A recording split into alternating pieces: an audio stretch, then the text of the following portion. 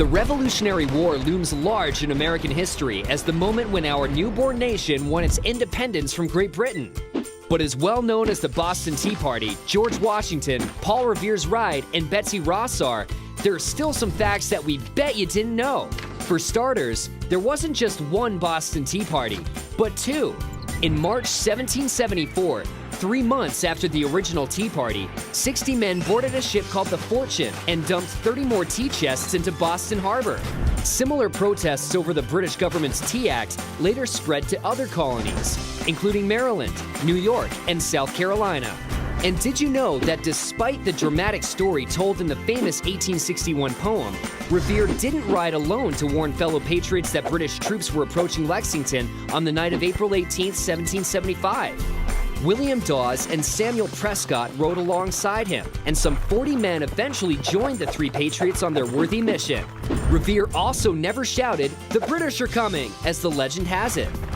In fact, he was warned to be very discreet about who he told and how. Though the most famous images of Revolutionary War patriots tend to be of white men in wigs, women, African Americans, and Native Americans all fought for the revolutionary cause.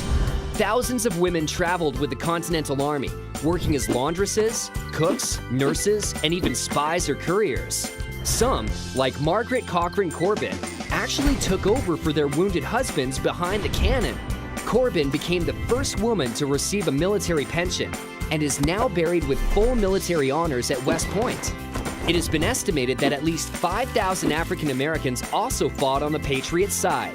In New England, blacks served in integrated units and received the same pay as whites. And though many Native Americans allied themselves with the British in the hopes of protecting their homelands from colonial expansion, others, including most Native Americans living in New England and some of the Iroquois peoples, fought alongside the colonists. And did you know there were pirates that fought for the revolutionary cause? Strictly known as privateers, these vessels were licensed by the Continental Congress to harass and disrupt British shipping throughout the war.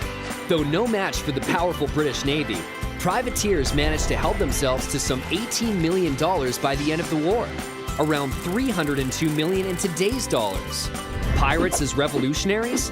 Now that's something we bet you didn't know.